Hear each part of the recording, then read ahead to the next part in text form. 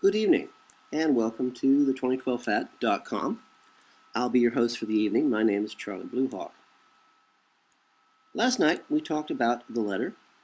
I yet again wrote a letter to a fellow by the name of Ryan, a man who believes that the planetary flip will be happening next month, March 8th, 2011, according to him.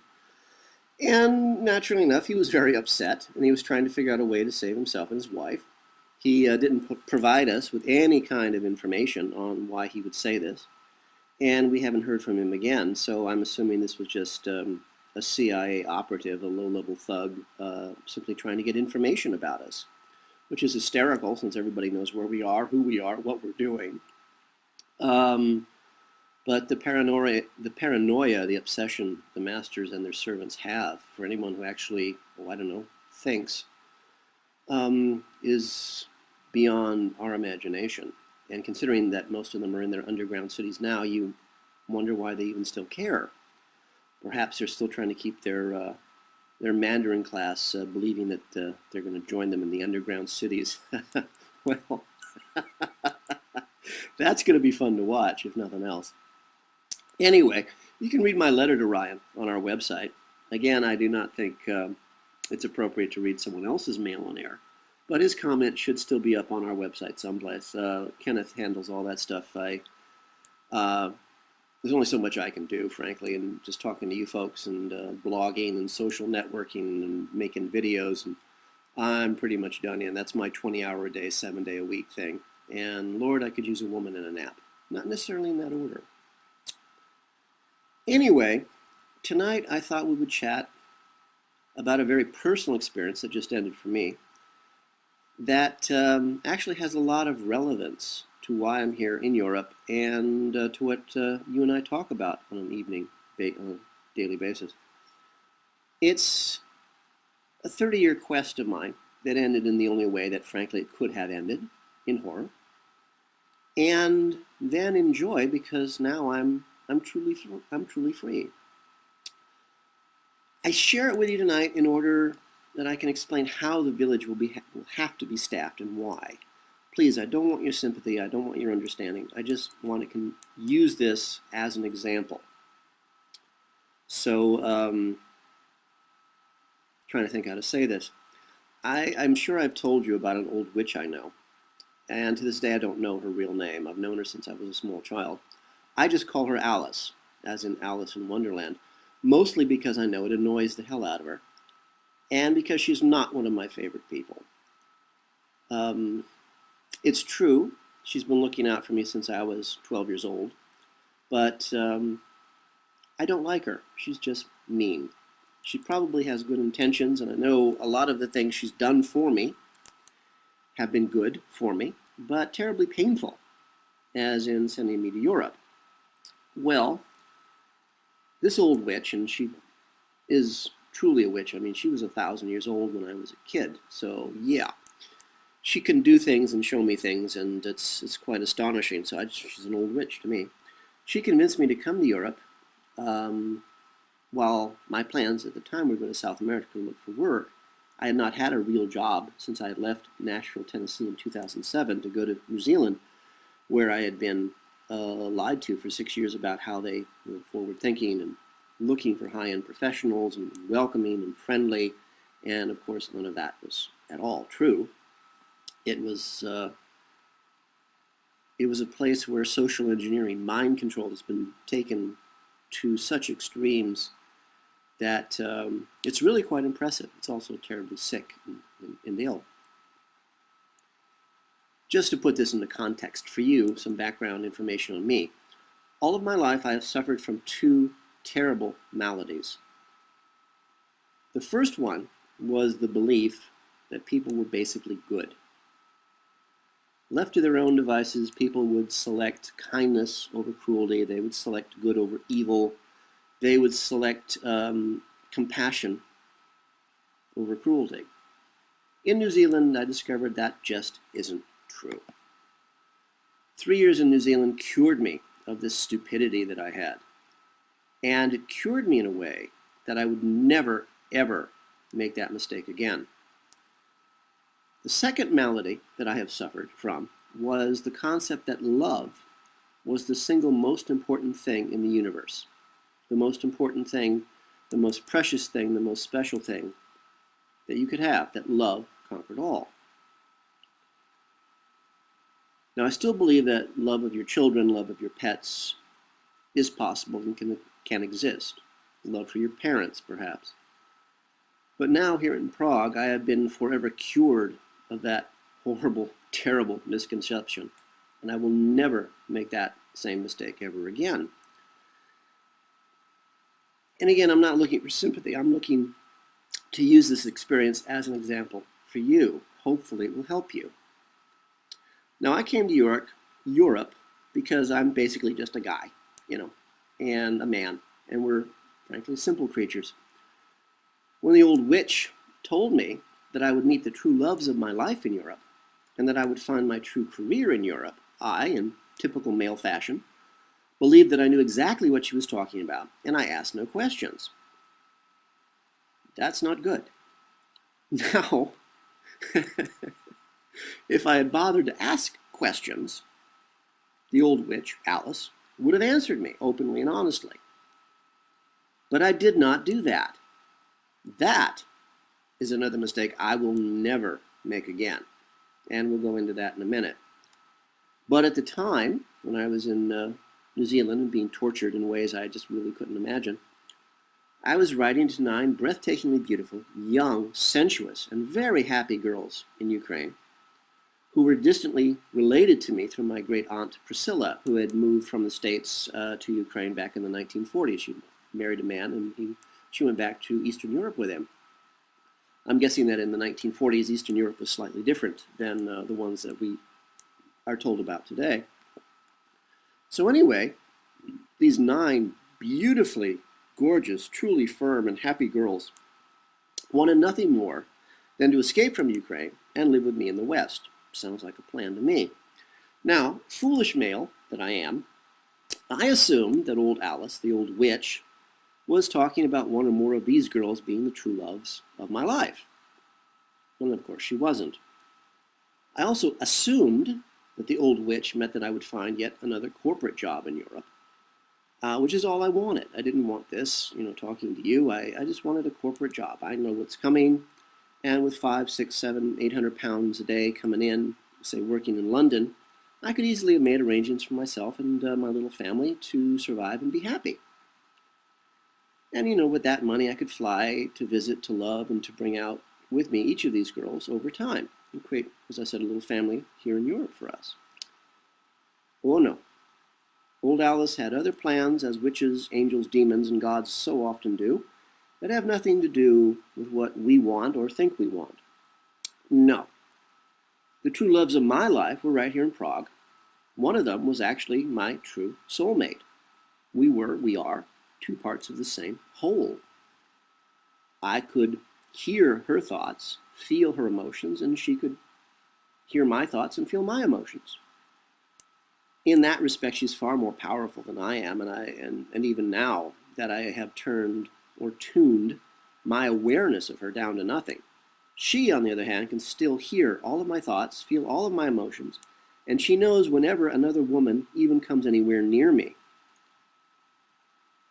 The problem is, and of course the old witch did not offer this up to me, is that the true loves of my life, one of whom is my soulmate, want nothing to do with me.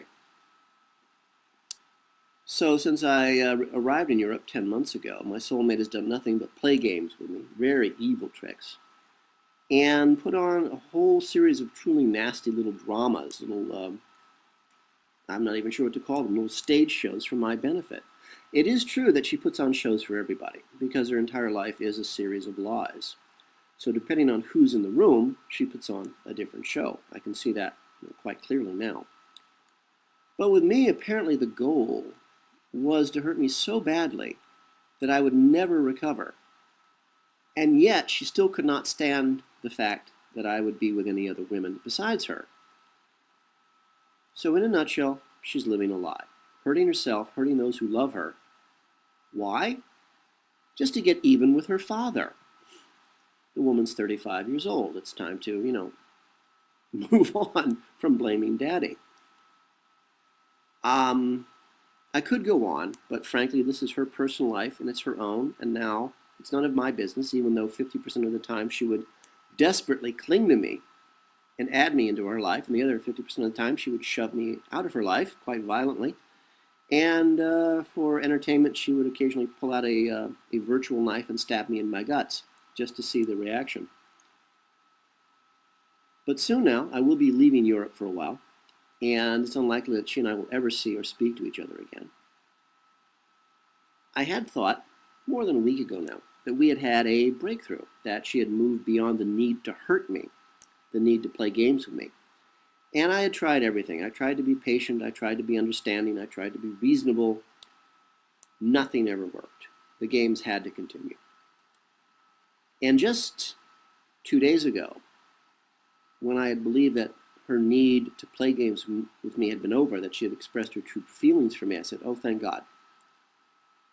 The games are over. 2 days ago, I was proved wrong. In that instant, in that very moment when she struck out at me yet again, something inside of me died. It didn't go screaming in horror with a knife in its guts. Whatever inside of me died, whether it was part of my soul, whether it was part of my physiognomy, I have no idea. But it was sort of like a battery just ran out of energy and went and was gone. And when it was gone, I was free. Whatever that little amount of energy that I was holding there for her and just for her, since it was never replenished by her, it never had the give and the take, that swapping of energy, that yin and yang, forgive me, never happened. It simply didn't have the life force left in it to sustain itself, and simply went away. So for 10 months, she had played these games with me. And that final time when she slapped me down, and she'd been slapping me down every week now for the last 10 months, except, of course, over Christmas when she ignored me for 6 weeks completely, and only appeared again magically after I'd had a second date with a local girl who was 10 years younger than she is, did my soulmate all of a sudden reappear in my life. Because she always knows when I'm around other women, and she appears instantly to make certain that she can, I don't know. I don't know what the goal is. But that morning when she reverted to her old true self, something in me, as I say, just died. And there I was walking down the street with her, trying to hold her hand as she glared at me. And I felt it die. And I was free. It was some part of me, some part of my soul that had loved her beyond life, beyond reason, and it just died. And then after it died, reason stepped in. Just 5 minutes after we met there on the street on our way to a business meeting, my whole life, it changed. She no longer mattered to me at all. She had gone that one step too far. Last week, she was ready to throw me into her bed and keep me forever. Today, she was back to playing games. She pretended it never happened, and all I got was, aren't you rude to even say that to me? That never happened. My love died in that moment. After 10 months of hope, of patience, of understanding, of sheer pain, and unmerciful agony. As I said, she could feel my emotions, hear my thoughts. I could feel her emotions, hear her thoughts, which just added to the lies she was telling me. I even finally managed to shut myself down to a point where I could not feel her or hear her at all. But in that moment, it was over. Now you're asking yourself, so what? Big deal happens to everybody. What's the big deal? So what, you ask? So everything. Since now that my natural empathy for people is no longer set on, high, I could now become the leader I should have been 20 years ago. If not for my endless concern for the inner well-being of every person I've ever met, I could have had the strength and the will, the determination to be able to disregard people's feelings to achieve the project, for their own good, of course. And now I have that, and now I understand Alice, the old witch, much, much better now. All my life she's been trying to look out for me, to take care of me, to protect me. But she's been too busy to be polite about it. Now I understand. She's fighting, for lack of a better word, a war. And she's trying to keep me alive in a war zone. So she doesn't have time for the niceties of, hi, how are you, how are things? She just says, go that way, don't be an idiot. Because she's got other things to do. She did, however, when I was very small, have a picture book that she had drawn for me.